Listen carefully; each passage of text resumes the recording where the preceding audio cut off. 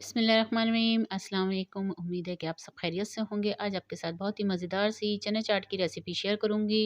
ये different style से मैंने तैयार की है, तो रेसिपी को ज़रूर ट्राई कीजिएगा, फैमिली फ्रेंड्स में शेयर कीजिएगा। यहाँ पे मैंने चने बॉईल कर लिए हैं नमक और हल्दी के पानी के साथ, और साथ ही ये मैंने आलू भी बॉईल किए हैं। तो आलू 3 हैं और इसको मैश करने के साथ इसमें मैं शामिल करूँगी सबसे पहले बारीक कटा हुआ हरा धनिया और 1 टीस्पून नमक, 1 टीस्पून काली मिर्च पाउडर और 1 हरी मिर्च जो कि बारीक काट के इसमें शामिल करनी है। आप अपने टेस्ट के हिसाब से हरी मिर्ची शामिल कीजिए और इन सबको मैं अच्छी तरह से मिक्स कर दूँगी। और मिक्स करने के बाद इसमें मैं शामिल करूँगी 2 टेबल स्पून कॉर्नफ्लोर के, और कॉर्नफ्लोर शामिल करने के बाद दोबारा से इसको अच्छी तरह से मिक्स कर लीजिए और इसको हम कबाब की तरह से तैयार कर लेंगे।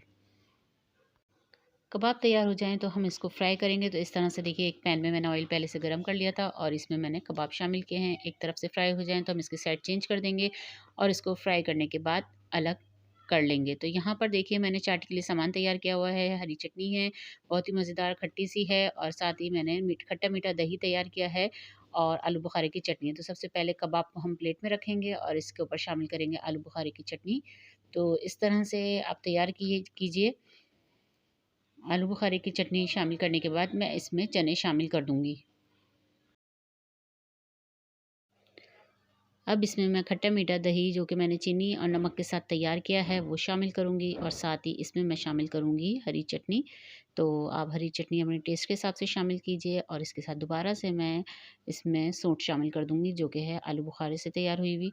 और इसके बाद इसके अंदर हम चाट मसाला शामिल करेंगे, और साथ ही इसके ऊपर मैं प्याज़ और हरी मिर्ची की गार्निशिंग करूँगी, और इसके साथ इस पे मैं पापड़ी की सजावट करूँगी।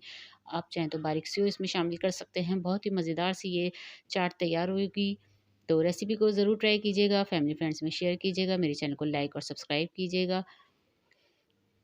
पापड़ी शामिल करने के साथ ही मज़ीद इसमें मैं टेस्ट के हिसाब से थोड़ा-सा चाट मसाला, दही और चटनी इसमें मैंने मज़ीद शामिल कीजिए। आप अपने टेस्ट के हिसाब से ये सब शामिल कर सकते हैं। तो रेसिपी को ज़रूर ट्राई कीजिएगा, फैमिली फ्रेंड्स में शेयर कीजिएगा, मेरे चैनल को लाइक और सब्सक्राइब ज़रूर कीजिएगा। ओके जी, अल्लाह हाफ़िज़।